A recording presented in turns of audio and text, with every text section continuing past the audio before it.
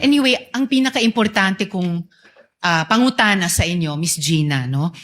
May nagsasabi na dahil kayo ang SDO, kayo ang payee ng cash advance, kayo lang dapat ang accountable sa confidential funds na ito. Tinatanggap niyo po ba iyon?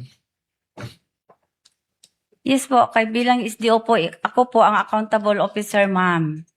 So, kung wala pong alam si Colonel La Chica, kung wala pong alam si VP Sara Duterte sa paggamit nito, kung hindi ma-explain kung saan napunta ang pera, kayo lang ang mananagot. Tama po ba yun? Meron naman pong itinalaga si Vice President, ma'am, na si Colonel La Chica na magiging security officer po, ma'am, na siya po ang mag-implement, ma'am, kasi wala po akong eksperto, ma'am, kung paano po i-implement ang mga confidential activities po on the ground, ma'am. Miss Gina, wala naman pong implementing officer sa memo circular, wala pong implementing officer sa ibang mga dokumento. Ang importanteng job doon na kayo ang nagpupuno ay accountable officer. So, okay lang po ba yon na kung may mapatunayang ibang nagkasala, kayo ang mapaparusahan para doon? Ibig sabihin, ma'am, kung may mga mali po doon, sa akin po ang responsibilidad na accountable po. Sa akin po. Kapag may mali doon, kanina sinabi nyo si VP Sara ang nagdesisyon na i-withdraw ang in cash ang total over 4 quarters ng 500 million pesos. Kanina sinabi nyo na si VP Sara ang nagdesisyon kanino ito ibibigay, si Colonel La Chica.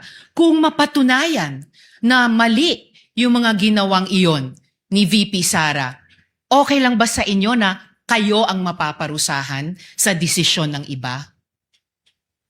Kasi ako po ang accountable officer, ma'am.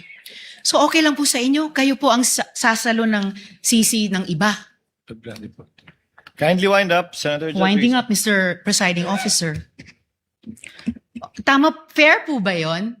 May ibang nagdesisyon, may ibang nagpagawa, kaya lang kayo yung nakalagay dun sa blanco na accountable officer, kahit hindi kayo ang nagdesisyon sa pag-encash, hindi kayo ang nagdesisyon sa ibibigay kay Colonel La Chica. Fair ba yon? Kayo po ang mapaparusahan? Alam ko po, ma'am, na alam po ni Ma'am Vice President Sara Duterte ang ginagawa niya. I hope po alam niya ang ginagawa niya.